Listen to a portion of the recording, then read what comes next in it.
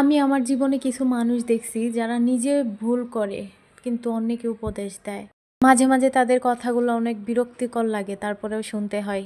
তো hello everyone, আসসালামু আলাইকুম। কেমন আছেন সবাই? আশা করি ভালো আছেন, আমিও ভালো আছি। তো আজকে বাবুর জন্য রান্না করব সবজি। তো সবজিতে আমি 2 টুকরা মাংস ছোট ছোট করে কেটে নিয়েছি, তারপরে আলু আর মিষ্টি কুমড়া একসাথে ছোট ছোট করে কেটে নিয়েছি। আমি সাধারণত বাবুর জন্য সবজিটা এভাবেই করে থাকি। তো একসাথে বেশি সবজি দেই না। একসাথে যদি অনেকগুলো সবজি দেই তাহলে ওর খাইতে অসুবিধা হয়। আমি প্রথমে পেঁয়াজগুলো কড়াইতে দিয়ে তারপরে একটু বাদামি কালার করে ভেজে নিছি। তারপরে একটু হলুদ গুঁড়া দিছি 1 চামচ পরিমাণ।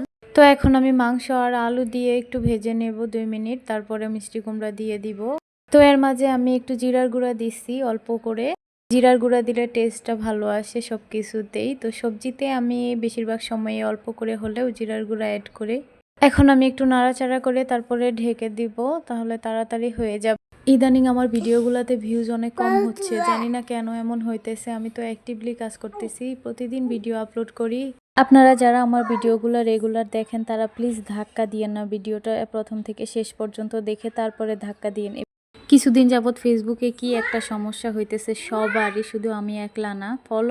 রাত্রে যদি ফলোয়ার করে রাখি যে 100, তারপরে সকালে উঠে দেখবো যে 50-50ই নাই। এমনকি সবার সাথেই হইতেছে। প্লিজ জানাবেন কমেন্টে।